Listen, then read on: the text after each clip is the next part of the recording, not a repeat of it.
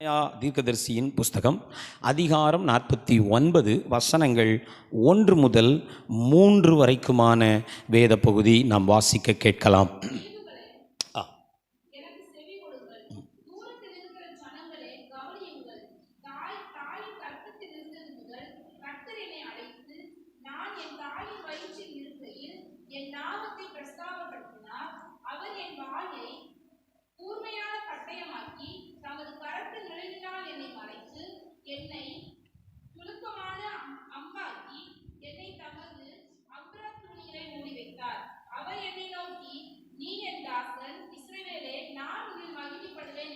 இன்றைய செய்தியின் தலைப்பு மறைவில் இரு மகிமை அடைவாய். அல்லேலூயா. 1ஆம் வசனத்திலிருந்து நாம் 5ஆம் வசனம் வரைக்கும் ஏசாயாவுடைய வாழ்க்கையை குறித்து ஏசாயாவே எழுதியிருக்கிறதை நாம் வாசிக்கிறோம். 1ஆம் வசனத்தில் இப்படி சொல்லுகிறார், நான் தாயின் கர்ப்பத்தில் இருந்தது முதலே கர்த்தர் என்னை அழைத்தார். அல்லேலூயா.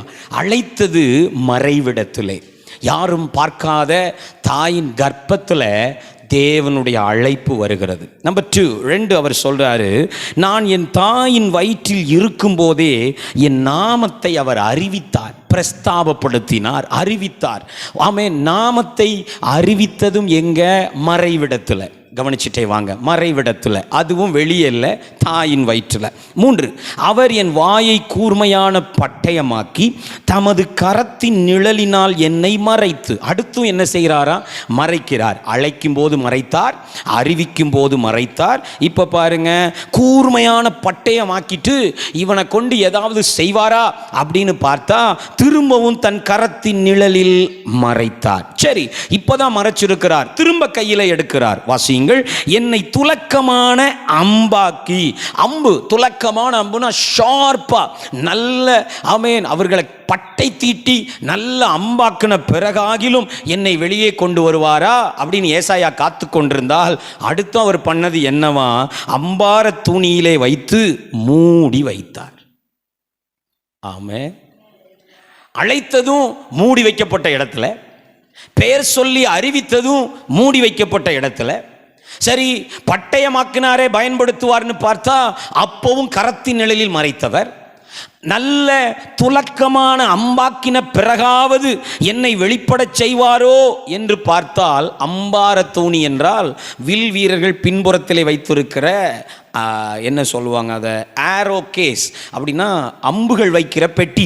அந்த அம்பார தூணியிலே வைத்து பூட்டி வைத்து விட்டாராம், மூடி வைத்து விட்டார். நன்றாய் கவனியுங்கள்.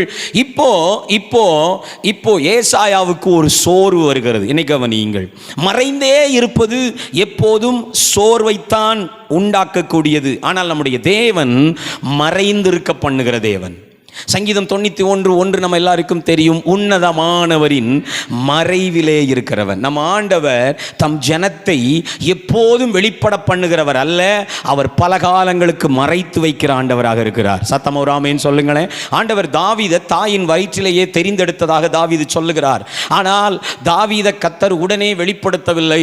தேவன் அழைத்து விட்டேன், அபிஷேகம் பண்ணிவிட்டேன் கொண்டு வரல. தேவன் அவனை மறைத்து வைத்தார். எவ்வளவு காலம்? கோலியாத் வருகிற வரை. கோலியாத் பிரச்சனை முடித்து வைத்த பிறகும் அடுத்த 13 ஆண்டுகள் திரும்பவும் கர்த்தர் அவனை மறைத்து வைத்தார். ஒரு ஆமென் சொல்லுங்களேன். நம்முடைய தேவன் மறைத்து வைத்து பயன்படுத்துகிற தேவனாயிருக்கிறார். அல்லேலூயா. ஆனா இப்ப ஏசாயாவுக்கு உண்டான சோர்வு 4ஆம் வசனத்தில் ஏசாயாவே சொல்றாரு, அதற்கு நான் விருதாவாய் உழைக்கிறேன். என்னை எப்போ பார்த்தாலும் மூடியே வச்சிருக்கீங்க ஆண்டவரே. என்னுடைய பெருமை, என்னுடைய புகழ் எதுவுமே வெளியே வர மாட்டேங்குது. என்னை எக்ஸ்போஸ் பண்ண மாட்டேங்க, என் பேரை பெருமைப்படுத்த மாட்டீங்க, 4 பேர் முன்னாடி என்னை காட்ட மாட்டீங்க. நான் விருதாவாய் உழைக்கிறேன், வீணும் வியர்த்தமுமாய் என் பெலனை செலவழிக்கிறேன். என்ன சொல்றாரு பார்த்தீங்களா? என் பெலன் வீணா போகுது. 3வது ஒரு வார்த்தை 5ஆம் வசனத்தில் சொல்லுவாரு, இவ்வளவு பலனை நான் கொடுத்தும் இவ்வளவு நான் உழைத்தும் ஆமென் இஸ்ரவேல் தேவனிடத்தில் சேராமல் போகிறது.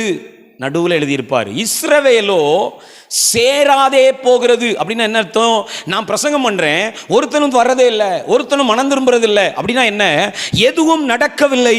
நான் உழைக்கிறேன், என் பலனை செலவழிக்கிறேன், nothing was happen, எதுவுமே நடக்கல.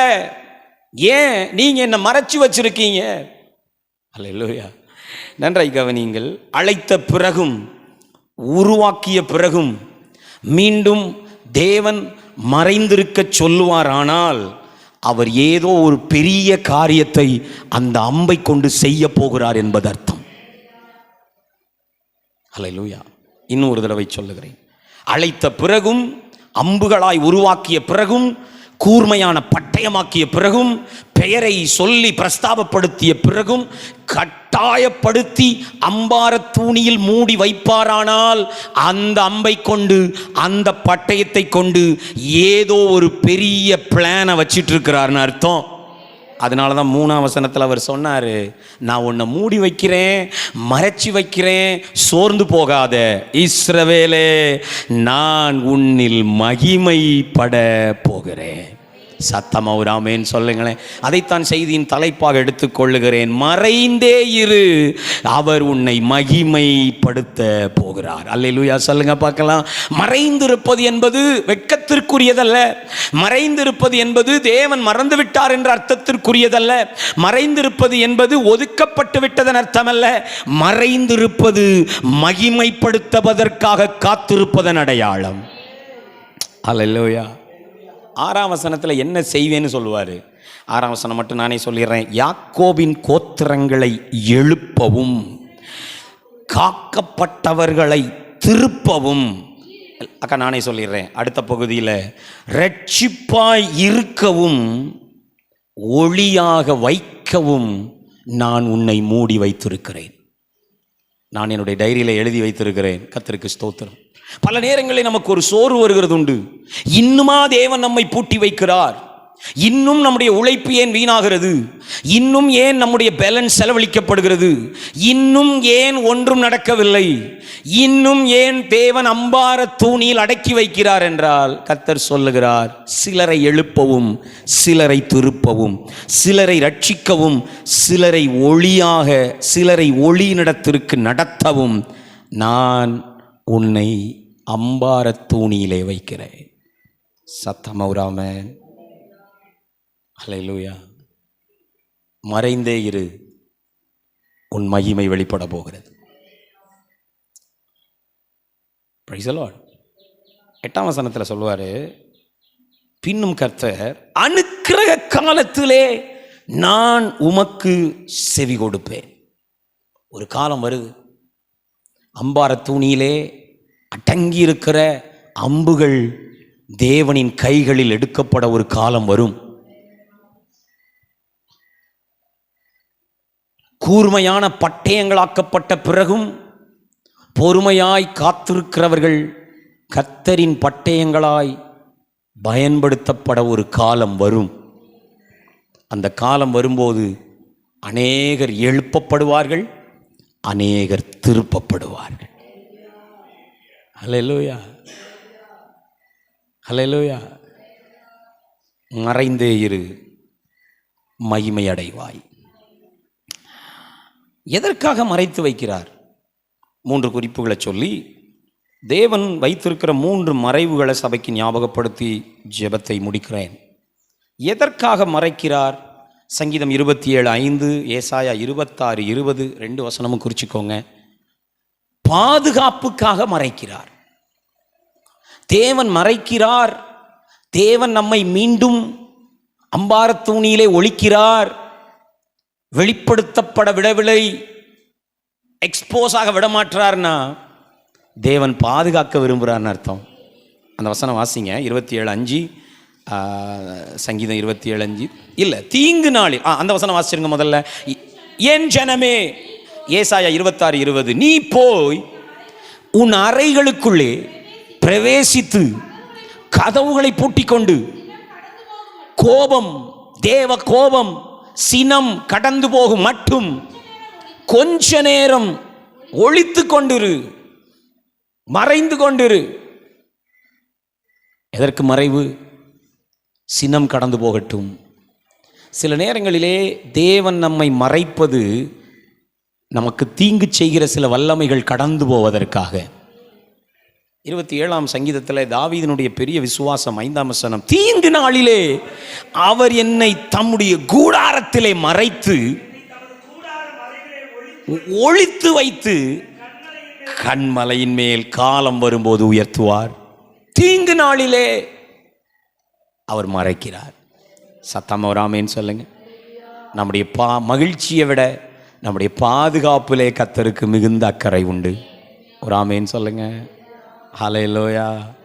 தீங்கு இருக்கிறது என்றால் கர்த்தர் அதை மறைக்கிறார். தீங்கு வரும் என்று அறிந்திருக்கிற கர்த்தர் இன்னும் கொஞ்ச காலம் அம்பார தூணியில் இரு என்று சொல்லுகிறார். மறைந்திரு, மகிமைப்படுவாய். அவர் மறைக்கிறதற்கான இரண்டாவது காரணம் என்ன?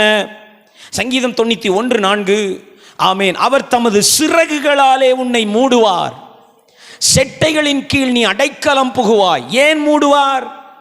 ஏன் மறைக்கிறார்? தொடர்ந்து அவர் மறைக்க காரணம் என்ன? நம்பர் 2, பலப்படுத்தப்படுவதற்காக மறைக்கிறார். அல்லேலூயா. 91ஆம் சங்கீதத்தில் சொல்லப்பட்டிருக்கிற பறவை கழுகு. பைபிளில் எந்த இடத்துல எல்லாம் பெயர் சொல்லப்படாமல் ஒரு பறவை வருகிறதோ அந்த பறவையை கழுகாக கருத வேண்டும். கழுகு தன் குஞ்சுகளை மூடி வைக்கிறது, சிறகுகளால் மூடுகிறது, செட்டைகளால் மறைத்து வைக்கிறது. ஒருவேளை அந்த குஞ்சுகள் நினைக்கும், இன்னும் எத்தனை காலம்? நீ பலப்படும் வரைக்கும். ஆமென் சொல்லுங்களேன். உனக்கு ரகுகள் முளைக்கும் வரைக்கும், உனக்கு ரெக்கை பலப்படும் வரைக்கும், நீ பறக்க பழகும் வரைக்கும், நீ இன்னும் வளரும் வரைக்கும், நீ இன்னும் மறுரூபமடையும் வரைக்கும் அவர் உன்னை ஒளித்து வைக்கிறார்.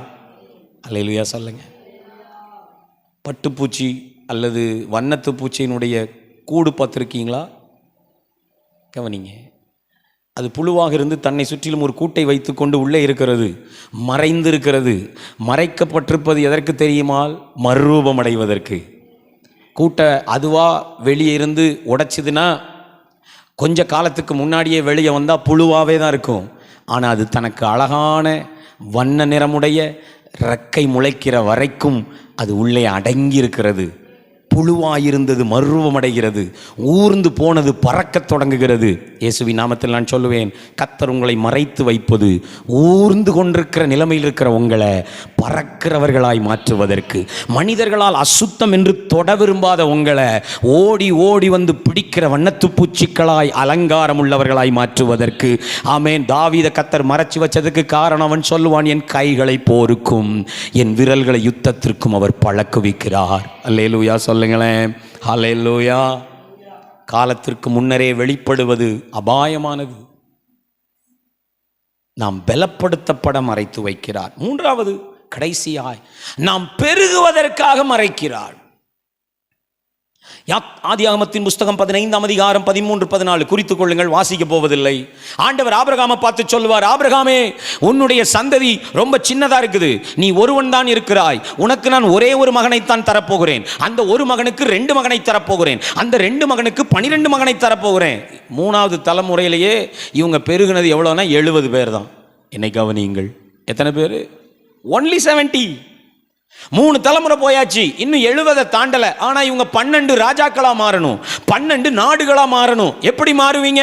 ஆண்டவர் ஒரு பிளானை கொடுத்தார். நான் உன்னை எகிப்துல கொண்டு மறைச்சு வைக்க போறேன், நீ வெளியே இருக்கிற வரைக்கும் பெருக மாட்டாய், மறைந்திருக்கிற இடத்தில் தான் நீ பெருக முடியும்னு கர்த்தர் ஆபிரகாமின் சந்ததியை எகிப்து தேசத்துக்கு கொண்டு போய் 30 லட்சம் ஜனங்களாக பெருக வைத்தார். ஒரு அல்லேலூயா சொல்லுங்களேன்.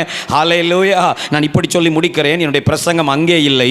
எந்த பெருக்கமும் மறைவிடத்தில் தான் நடக்கிறது. ஆமாவா இல்லையா? ஆமேன் சொல்லுங்க பார்க்கலாம். ஒரு விதை முளையாக வருவது மறைவிடத்திலே. அது மறைந்திராமல் வெளியே நீங்க வச்சிருந்தீங்கன்னா அது முளைக்காது. ஆமேன்.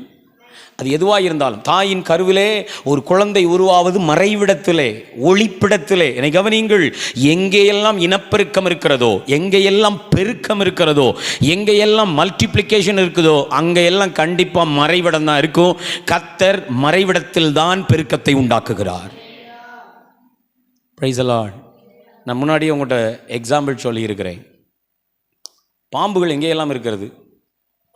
எங்கேயும் இருக்கிறது. இப்போ நம்ம சர்ச்சை க்ளீன் பண்ணால், நம்ம சர்ச்சை சுற்றி க்ளீன் பண்ணால் கண்டிப்பாக 1-2 அடிச்சிடலாம். சில வீடுகளுக்குள்ளே இருக்குது, எப்போ வந்துன்னே தெரில. சில அஸ்திபாரங்களை தோண்டினா அங்கே இருக்குது. கவனிங்கள், பாம்புகள் இல்லாத இடமே இல்லை. ஆனால் பாம்புகளை அடிக்காத மனிதர்களே இல்லை. எவ்வளவோ அடிச்சிட்டு இருக்காங்க, ஆனால் அது வந்துட்டே தான் இருக்குது. காரணம் என்ன தெரியுமா? காரணம் என்ன தெரியுமா? அவைகள் மறைந்தே இருந்து பெருகுகின்றன. சொல்லுங்க, என்ன செய்யுது? மனுஷனை கண்டு வெளியே வர்றதே இல்லை. நான் யார் தெரியுமா? என் பேர் தெரியுமா, என் திறமை தெரியுமா, என் புகழ் தெரியுமா அப்படின்னு தன்னை காட்டிக்கொள்றது இல்லை. காட்டிக்கொள்ளுகிறவர்கள் பெருகுவதில்லை, மறைத்து கொள்ளுகிறவர்களை கர்த்தர் பெருக வைக்கிறார். ஆமே, டோன்ட் எக்ஸ்போஸ். மறைந்திருக்கவே விரும்புங்கள். Praise the Lord. ஹல்லேலூயா. மறைந்திருப்பது பெருக்கத்தை உண்டாக்குகிறது. நான் பைபிள் சொல்லுகிற 3 வித மறைவுகளை சொல்லி செய்தியை முடிக்கிறேன். முதல் மறைவு சங்கீதம் 91:1, உன்னதமானவரின் மறைவிலே இருக்கிறவன். நம்பர் 1, நாம் சொல்லுகிற இந்த மறைவு அப்படின்னோடனே வீட்டுக்குள்ளே இருக்கிறது இல்லை. பாஸ்டர், நாங்கள் ஜெபத்துக்கெலாம் வரமாட்டோம், நாங்கள் மறைஞ்சிருக்கிறோம், நாங்கள் ஆராதனைக்கு வரமாட்டோம், ஜெபநடைக்கு போகமாட்டோம், ஊழியத்துக்கு போகமாட்டோம், வெளியே வரமாட்டோம். இதுக்கு பேர் மறைவில்லை. நீங்கள் அப்படி நினச்சிடாதீங்க. பாஸ்டர் மறைஞ்சிருக்க சொன்னார், என் சத்தமே இனிமேல் சபையில் கேட்காது, நான் காணிக்க ஜெபம் பண்ண மாட்டேன், இனிமேல் ஜெப நட போக மாட்டேன், என்ன பாஸ்டர் என்னைய அது இல்லை. மறைந்திருத்தல் அப்படின்னு பைபிள் எதை சொல்லுதுன்னா 3 காரியம். 1 தேவ சமூகம், இன்னொன்று தேவனுடைய சபை, 3 தேவனுடைய சித்தம். வாசியுங்கள் சங்கீதம் 91:1. நான் உங்களுக்கு சொன்னேன். ஆமேன். உன்னதமானவரின் மறைவிலே இருக்கிறவன். தேவ சமூகம்தான் ஒரு தேவ பிள்ளைக்கு முதல் மறைவு. ஆமென். Be in the presence of God. தேவனுடைய பிரசன்னத்தில் இருங்கள். தேவனுடைய சமூகத்தில் நீங்கள் இல்லை என்றால் நீங்கள் மறைவிலே இல்லை என்பது அர்த்தம்.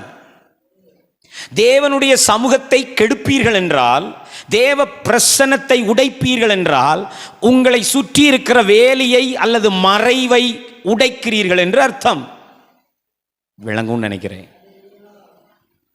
ஏன்னா தேவ சமூகமே நமக்கு மறைவு.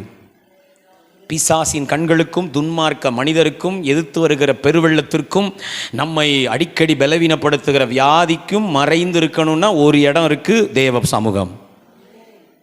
சத்தமா ஆமென். அல்லேலூயா. தேவ சமூகத்தை விருத்தியாக்குங்கள். தேவ பிரசன்னம் உங்கள் மீது பெருகட்டும். ஏதோ கொஞ்ச நேரம் வந்து கை தட்டிட்டு போறதில்லை தேவ சமூகம். நீங்கள் தனியே தேவனோடு கூட உறவாடுகிற அனுபவத்தில் இருந்து பெற்றுக்கொள்வதுதான் தேவ சமூகம். நான் இப்படி சொல்லுகிறேன், வேண்டுமானால் எழுதி கொள்ளுங்கள். சில நிமிடங்கள் சுமக்கின்ற தேவ பிரசன்னம் நம்முடைய வாழ்க்கையின் முழு கதையையும் மாற்றிவிடக்கூடியது. இன்னும் ஒரு தடவை சொல்லுகிறேன். சில நிமிடங்கள் நாம் அனுபவிக்கின்ற தேவ பிரசன்னம் நம்முடைய ஒட்டுமொத்த கதையையும் மாற்றிவிடக்கூடியதாக இருக்கிறது. கதை ஒரு மாதிரி போகுது பாஸ்டர், கொஞ்ச நேரம் தேவ பிரசன்னத்துக்கு போங்க, கர்த்தர் முடிவை மாற்றுவார். விளங்குறவங்க ராமே அல்லேலூயா சொல்லுங்க. காயங்களை மாற்றுகிற மிகப்பெரிய மருந்து தேவ பிரசன்னம். தேவ பிரசன்னத்திற்குள் போகிற ஒருவரும் அப்படியே வெளியே வருவதில்லை. ஜெபத்திலே தேவ பிரசன்னத்தை அனுபவிக்கிற ஒருவரும் எப்படி உள்ளே போனாரோ அப்படி வருவதில்லை. காயத்தோடு போனவர் காயம் கட்டப்பட்டு தான் வருகிறார். சோர்வோடு போனவர் பலன் அடைந்து தான் வருகிறார். ஆமீன் சொல்லுங்க பார்க்கலாம். பின்மாற்றத்தோடு போனவர் நிச்சயமாய் உற்சாகத்தின் ஆவியோடு தான் வருகிறார். பாவத்தோடு போனவர் பரிசுத்தமாகி தான் வருகிறார். தேவ பிரசன்னம் தனக்குள் வைக்கப்படுகிற எதையும் மாற்றி விடுகிறது. நான் போன வாரம் முதல் குறிப்பை இதைத்தான் பிரசங்கித்த ஞாபகம் இருக்கிறது. மீண்டும் சபையை நான் உற்சாகப்படுத்துகிறேன். தேவ சமூகம் மேலானது. அல்லேலூயா. இந்த வார்த்தையை வேண்டுமானால் எழுதி கொள்ளுங்கள். கர்த்தருடைய வல்லமையை விட அவர் பிரசன்னம் மேலானது. ஏனென்றால் அவர் பிரசன்னம் வல்லமையை கொண்டு வருகிறது. அல்லேலூயா. நம்ம எல்லாருக்கும் வல்லமைனா ரொம்ப பிடிக்கும். ஆண்டவர் வல்லமையா ஏதாவது செய்யணும், ஆண்டவர் வல்லமையா. ஆமா, don't seek the power of God, seek the presence of God. தேவ பிரசன்னத்தை நாடுங்க. பிரசன்னம் வந்தா பவர் வரும். தேவ வல்லமை எப்போதும் தேவ பிரசன்னத்தை பின்தொடர்கிறது. சத்தமோராமே. அல்லேலூயா. ஆமென். அல்லேலூயா. ஸோ முதல் மறைவு தேவ சமூகம். தேவ சமூகம். இன்னைக்கு நம்ம வீட்டில் தேவ சமூகம் வந்ததா? இன்னைக்கு உங்கள் மேலே தேவ பிரசன்னம் வந்ததா? உன்னதமானோடைய மறைவுக்குள்ளே இன்னைக்கு காலையில் ஓடினீங்களா? நேற்று இரவு தூங்க போகிறதுக்கு முன்னாடி கொஞ்ச நேரமாவது உன்னதமானோடைய மறைவுக்குள்ளே போனீங்களா? யோசிங்க. ஆமே. அழகான வீடு இருப்பதும் சுத்தமாய் வைத்திருப்பதும் ஆரோக்கியமான உணவை சாப்பிடுவதும் மறைவல்ல. புரிஞ்சவங்கராமே, தேவ பிரசன்னம் குடியிருப்பதே மறைவு. தேவ பிரசன்னமே மறைவு. உன்னதமானவரின் மறைவுக்குள் ஓடி வருகிறவன் சர்வ வல்லவருடைய நிழலிலே தங்க ஆரம்பிக்கிறான். அதுக்கு கீழே எழுதியிருக்கிற எந்த பிரச்சனையும் அவனை தொடுவதில்லை. அல்லேலூயா. பொல்லாப்பு அவனுக்கு நேரிடுவதில்லை. வாதையவன் கூடாரத்தை அணுகுவதில்லை. விபத்து அவனை சந்திப்பதில்லை. ஏன்? அவன் ஒவ்வொரு நாளும் பிரசன்னத்தின் மறைவுக்குள்ளே ஓடி வருகிறான். பிரியன் பாம்பை மிதிக்கிறான், சர்ப்பத்தின் மீது மிதிக்கிறான், சிங்கத்தின் மேல் நடக்கிறான். ஆமென். அல்லேலூயா. கர்த்தருக்கு ஸ்தோத்திரம். முதல் மறைவு என்ன? தேவனுடைய சமூகம். கவனமாயிருங்கள். நம்முடைய கணவர் தேவனுடைய மறைவுக்குள் எவ்வளவு நேரம் இருந்தார்? கவனிங்க. அதை வீட்டில் இருங்க, வீட்டில் இருங்க, வீட்டில் இருங்கன்னு சொல்ல தெரியுதில்ல, தேவ பிரசன்னத்துக்கு போங்கன்னு சொல்ல தெரியுதா? பிள்ளைங்க எவ்வளோ நேரம் தேவ பிரசன்னத்திற்குள் போனார்கள்? நம்முடைய வீட்டிலே தேவ பிரசன்னம் தங்கி இருந்தது எப்போது? கடைசியா எப்போ தேவ பிரசன்னத்துக்கு இடம் கொடுத்தோம்? மறைவு இல்லைன்னு அர்த்தம். தேவ பிரசன்னம் இல்லாத இடம் மறைவு இல்லாத இடம். ஆமே. முக்கியப்படுத்துங்கள். உங்கள் சரீரத்தின் மீது தேவ பிரசன்னம் வருவதை முக்கியப்படுத்துங்கள். சும்மா வந்து உட்கார்ந்து அல்லேலூயா சோத்திரம் ஜெபம் பண்ணிட்டு போறதில்லை. Feel the presence of God. முதல் பாடல் பாடும்போதே பாட்டை யோசிச்சுட்டு இருக்காதீங்க, பாட்டை ரசிச்சுட்டு இருக்காதீங்க, பிரசன்னத்துக்கோ இழுங்க. முதல் பாட்டு பாடுவதே எதுக்கு? பிரசன்னத்துக்கு இழுப்பதற்கு. ஆராதனை 3 மணி நேரம், 3 மணி நேரம் பிரசன்னத்திற்குள்ளே இருந்துட்டு போங்க. தேவ பிரசன்னத்தை அனுபவிக்கிற சரீரம் ஆசீர்வாதமான சரீரம். ஆமேன்னு சொல்லுங்களேன். அந்த சரீரத்துக்கு வியாதி வர்றதில்லை. தேவ பிரசன்னத்தை அனுபவிக்கிற குடும்பம் ஆசீர்வாதமான குடும்பம். அந்த குடும்பம் மறைவிலேயே இருக்கிறது. தேவ பிரசன்னத்தை அனுபவிக்கிற ஒவ்வொரு பிள்ளையும் நிச்சயம் மேன்மையாய் வரும் என்பதிலே சந்தேகமில்லை. அந்த பிரசன்னமே அவனை தூக்கி கொண்டு நிறுத்தும். ஹல்லேலூயா. கர்த்தருக்கு ஸ்தோத்திரம். முதல் மறைவு தேவ சமூகம். இரண்டாவது மறைவு என்ன? உன்னத பாட்டின் புஸ்தகம் அதிகாரம் 4 வசனம் 12.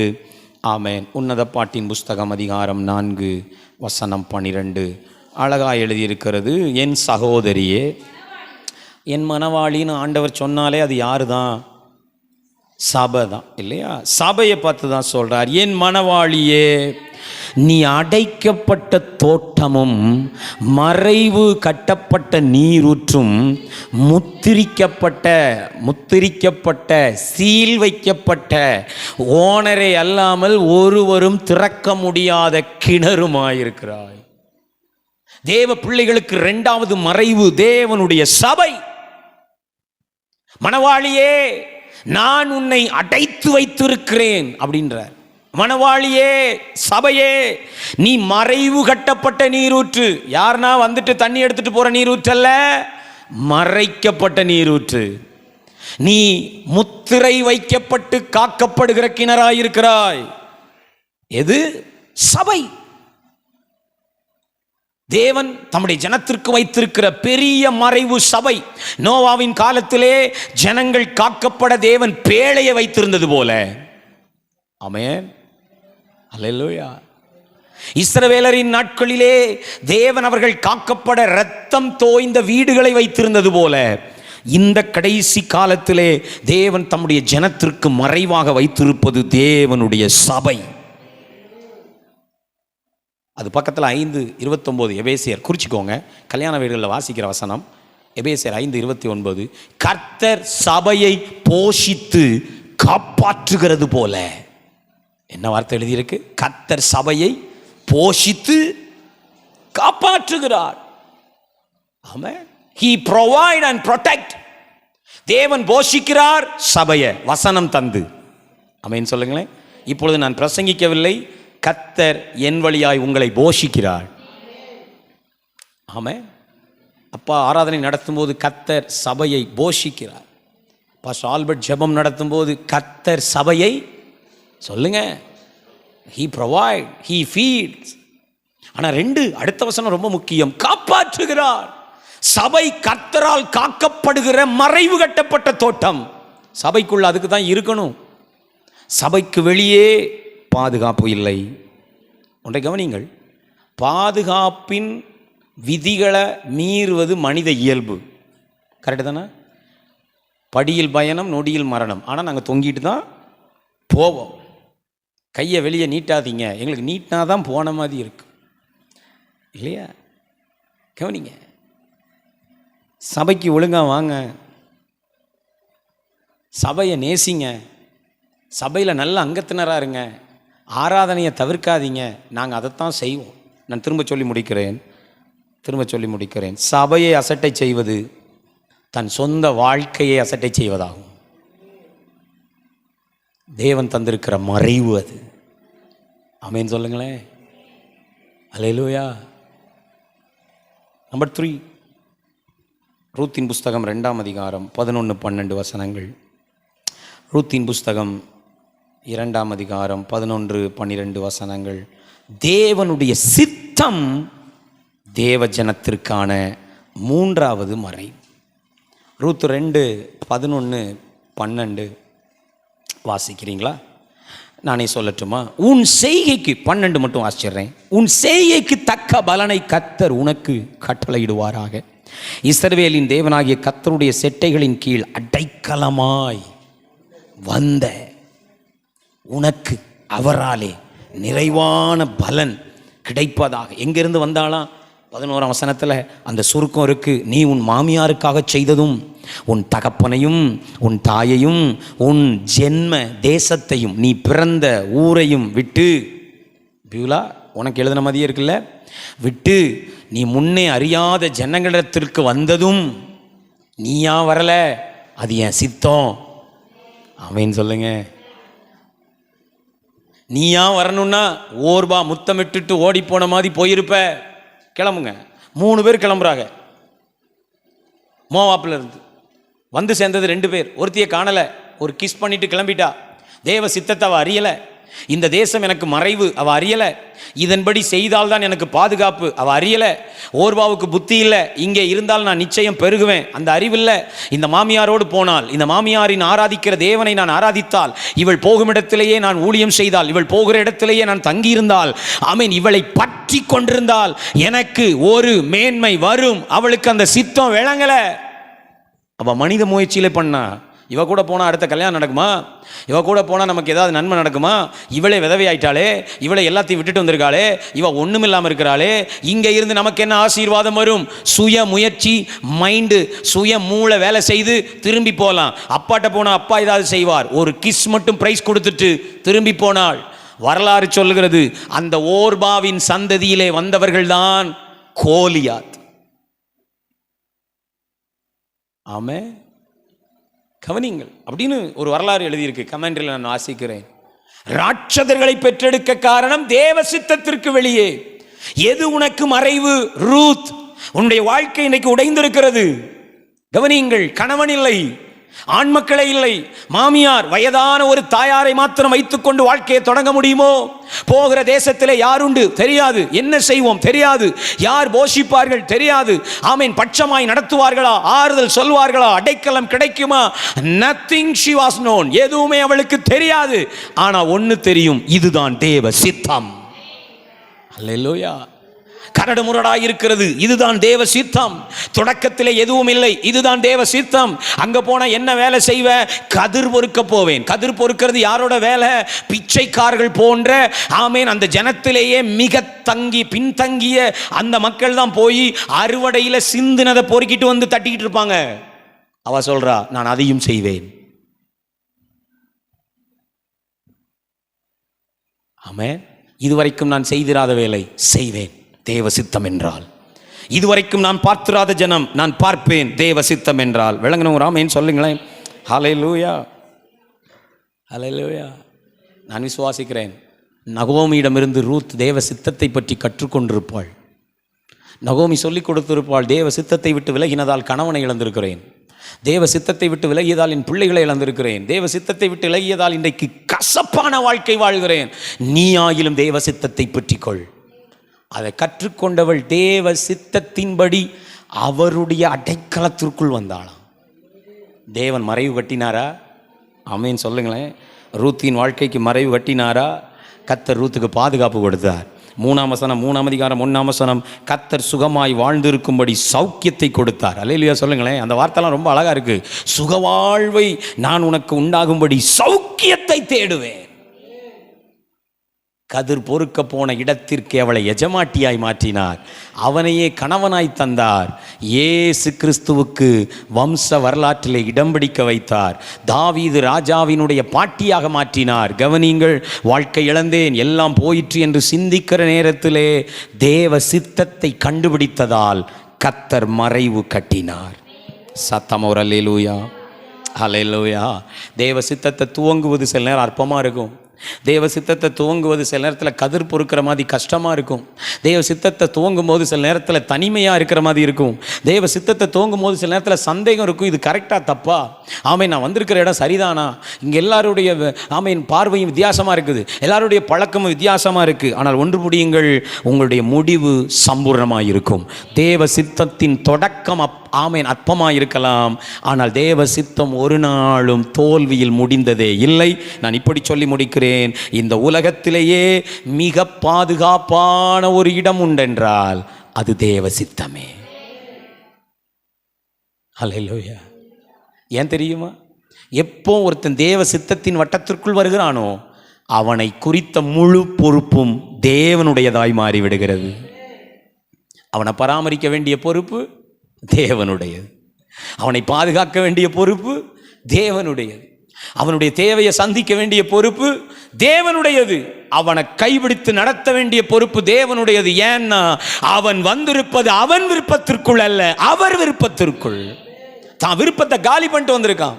தனக்குன்னு ஒரு இஷ்டம் இருந்தது, காலி பண்ணிட்டு வந்திருக்கான். தான் விருப்பத்தை பலிபீடத்தில் வச்சுட்டு வந்திருக்கான். தனக்கு பிரியமான இஷ்டமான வழிகளை, மக்களை, ஆமீன் உணர்வுகளை, ஆமீன் உடைகளை, பொறுப்புகளை எல்லாவற்றையும் பலிபீடத்தில் வச்சுட்டு உம் சித்தத்திற்காக மட்டுமே இதை நோக்கி வருகிறேன்னு வந்தா அவன் பாதையின் ஒவ்வொரு அடியையும் பொறுப்பெடுக்க வேண்டிய கடமை கர்த்தர் மீது இருக்கிறது. நான் சவால் விட்டு சொல்லுவேன், தேவ சித்தம் செய்வதற்காக நீங்கள் எதையெல்லாம் பலிபீடத்தில் வைப்பீர்களானால் உங்கள் வாழ்க்கையின் ஒவ்வொரு அடியையும் கர்த்தர் பொறுப்பெடுக்கிறார். அல்லேலூயா. இங்கே இருக்கு வார்த்தை, நான் சொல்ல நேரமில்லை. 18ஆம் வசனம் 3:18 இருக்கு. அந்த மனுஷன் இன்றைக்கு இந்த காரியத்தை முடிக்கும் முன்பு இளைப்பாற மாட்டான். இயேசுவை தான் போவாசா காமிக்குது ரூத்து. இயேசு அந்த இடத்துல வச்சு பாருங்க. இயேசு என்கிற அந்த மனிதர் உன் காரியத்தை முடிக்கிறதுக்கு முன்னாடி இளைப்பாற மாட்டார். ஏன்னா நீ வந்திருக்கிறது அவர் அடைக்கலத்துக்குள்ள. நான் பார்த்துக்கிறேன்னா அவர் விட்டுருவாரு. ஆனா வேற யாருமே இல்லை. உங்க சித்தத்துக்கு நான் வந்திருக்கிறேன். உம் சித்தமே என் உணவு, உம் சித்தமே எனக்கான ஆமேன் பொக்கிஷம், அதுதான் என் வாழ்க்கை. அப்படி வந்துட்டா அவர் நம் காரியங்களை முடிக்கிறதுக்கு முன்னாடி இளைப்பாற மாட்டார். ஆமென். மறைவுக்கு வெளியே இருப்போமானால் கர்த்தர் அழைக்கிறார். தேவ சமூகம் என்கிற மறைவுக்குள்ள வாங்க. தேவனுடைய சபைங்கிற மறைவுக்குள்ள தான் வர்றோம். சபையோடு நல்ல ஐக்கியம், அதுதான் மறைவு. சபையை எப்போதும் பேழையாக பாருங்கள். அது ஒரு கூட்டம் அல்ல வந்துவிட்டு போவதற்கு, தங்கி இருக்க வேண்டிய பேழை. 3 தேவ சித்தம் நமக்கான மறைவு. எழும்பி நிற்போமா? ஜெபித்து முடிக்க போகிறோம். ஆண்டவரே, உம்முடைய மறைவு எனக்கு மகிமையை கொண்டு வரும்.